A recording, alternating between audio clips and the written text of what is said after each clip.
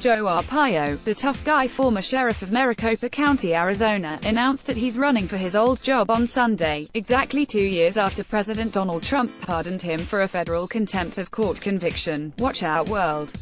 We are back, Arpaio, 87, said in a statement in which he promised to reinstate the extreme measures that made him famous, like housing immigrants in outdoor tents in the 100 degrees plus temperatures of the Phoenix area. Arpaio was defeated for re-election to what would have been a record 7th term as sheriff in November 2016, shortly after he was charged with contempt of court for having ignored a federal judge's order to stop arresting immigrants solely on suspicion that they were in the country illegally. Arpaio, who was one of the first elected officials to endorse Trump's presidential campaign, was convicted in July 2017.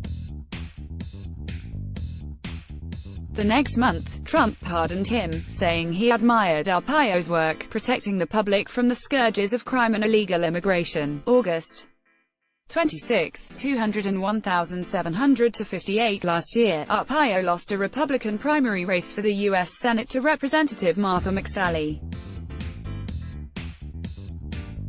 Arpaio reveled in his reputation as America's toughest sheriff, which led him to be the target of several civil rights lawsuits. He boasted that he forced inmates to wear pink underwear. He fed inmates only twice a day with a bland log called Nutriloaf, which other prisons serve as a disciplinary measure.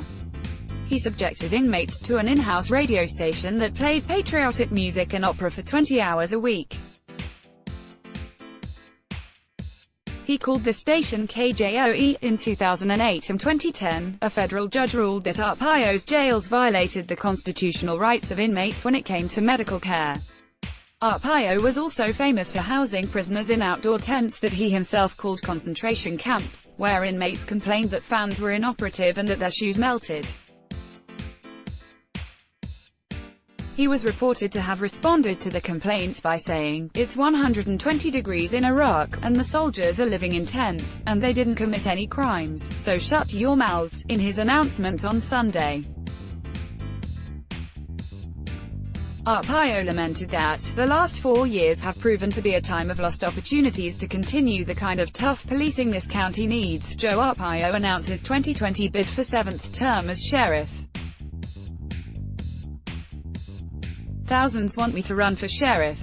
Today, August 25th, announcing run for sheriff, important day for me. Wife's birthday. Ready for bruising, bitter campaign. Never back down. https://t.co/4dcuf VCTCUA. Sheriff Joe Arpaio, at Real Sheriffo, August 25, 2019, and he warned that his enemies would do their worst to make sure he isn't re-elected. During the past several years, his opponents, activists and political figures on the left, have utilized slanderous attacks on him through the fake and biased news media to try and keep him from being heard, but these efforts have failed, the statement said. However, he expects these attacks will continue in full force, even more so with today's announcement. Arpaio's opponents are likely to include Jerry Sheridan, who strongly supported Arpaio as his deputy for the last 6 years he was sheriff.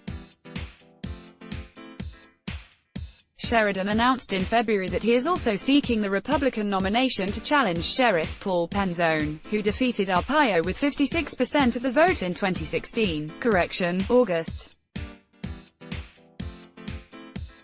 25, 2019, 9:05 p.m. Eastern Time. A previous version of this article misstated how Representative Martha McSally, Arizona, moved to the Senate. McSally lost the 2018 Senate race to Rep. Thurston Sinema, a Democrat, and was appointed to the Senate in December 2018 after John Kill resigned. Let's block ads. Why?